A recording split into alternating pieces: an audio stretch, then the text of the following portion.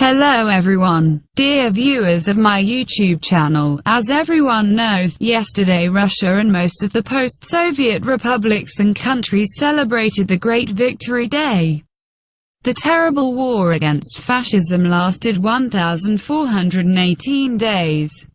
That's almost 4 years.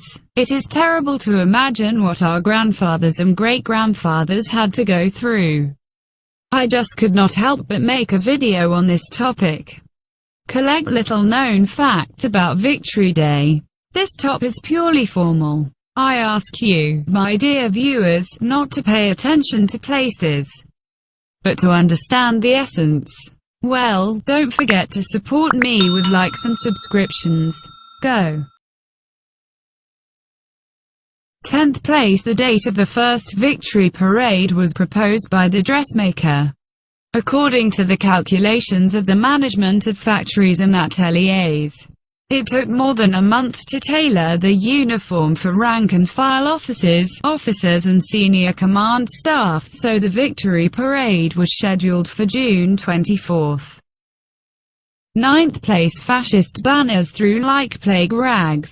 Enemy banners and standards were thrown not just at the foot of the mausoleum, but on a special platform so that the Nazi banners did not touch Red Square. Plus, the fighters did this with gloves to show how disgusting it was to touch this with your hands. The gloves were later burned along with the platform, and this demonstrated the attitude of Soviet soldiers to Nazism as a real 20th century plague. 8th place. At the first victory parade, the uniform of Rokossovsky had to be cut. All privateers at the ceremony, from private to marshals, were very wet. Konstantin Rokossovsky was especially given. His uniform sat down so much that removing it became an impossible task. I had to rip. 7th place. In the 1945 year there were 4 victory parades. On the 4th of May, 945, 2 days after the surrender of the remnants of the German garrison in Berlin, Soviet soldiers and officers took part in the parade. They marched solemnly near the Brandenburg Gate and the Reichstag in the same military uniform in which they stormed the city. On June 24, the victory parade on Red Square was hosted by Marshal of the Soviet Union Georgy Zhukov, and Joseph Stalin watched him from the rostrum. The third parade took place on September 7, and again at the Brandenburg Gate. It was attended not only by Soviet troops but also by Western allies. The fourth parade, September 16 in Harbin, marked the victory over the Japanese army and the end of World War II. 6th place. 2 victory days annually. The first marked the end of World War II and the victory over Nazi Germany. The second was celebrated on September 3 and symbolized the victory in World War II, as well as the victory over Japan. Both days were official state holidays until 1947. Then the celebration of September 3 was cancelled, because it was not understood by many citizens. Then, for almost 20 years, the day off from May 9 was moved to the new year. 5th place. Victory banner participated in the parade only once. The banner was sent to Moscow on June 20. It was planned that he would be carried across Red Square during the parade, and it should have been carried by those who hoisted the banner of victory on the Reichstag, that is, Neustroyev, Yegorov, Kantaria and Burist. However, it turned out that the heroes did not own the technique and methods of handling the banner, but did not want to appoint others.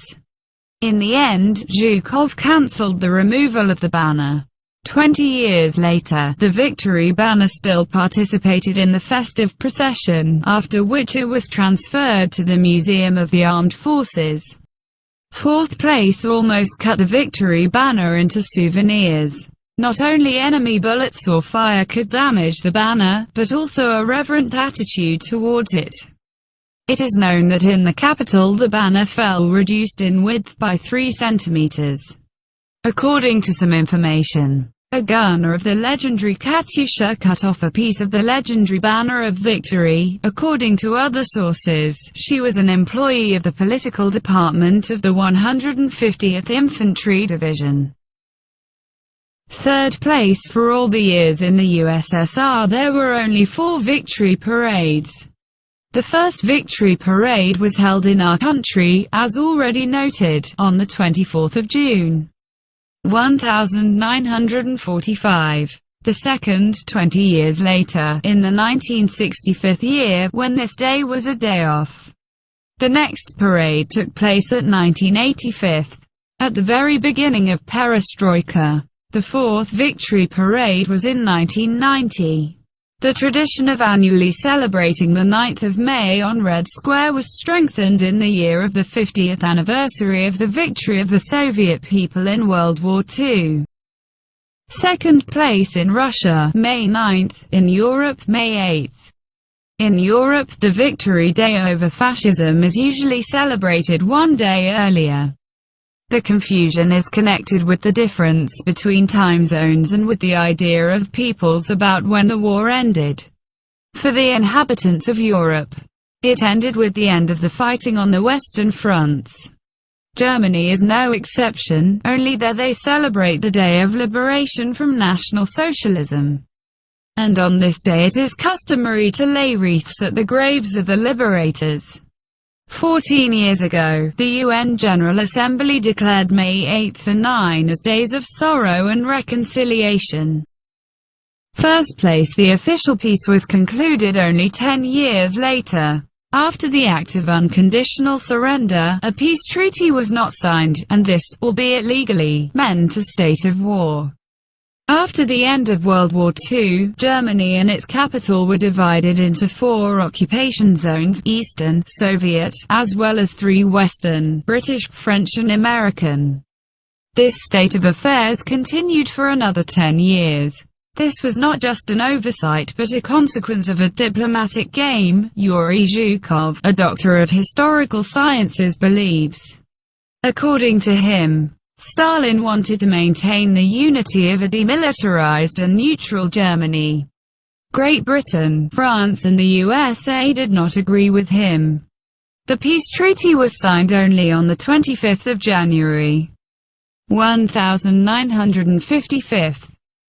In the end, I want to urge everyone to remember this great feat of our ancestors. They fought for peace, for us, their grandchildren and great-grandchildren. If there had not been this victory, there would have been no us.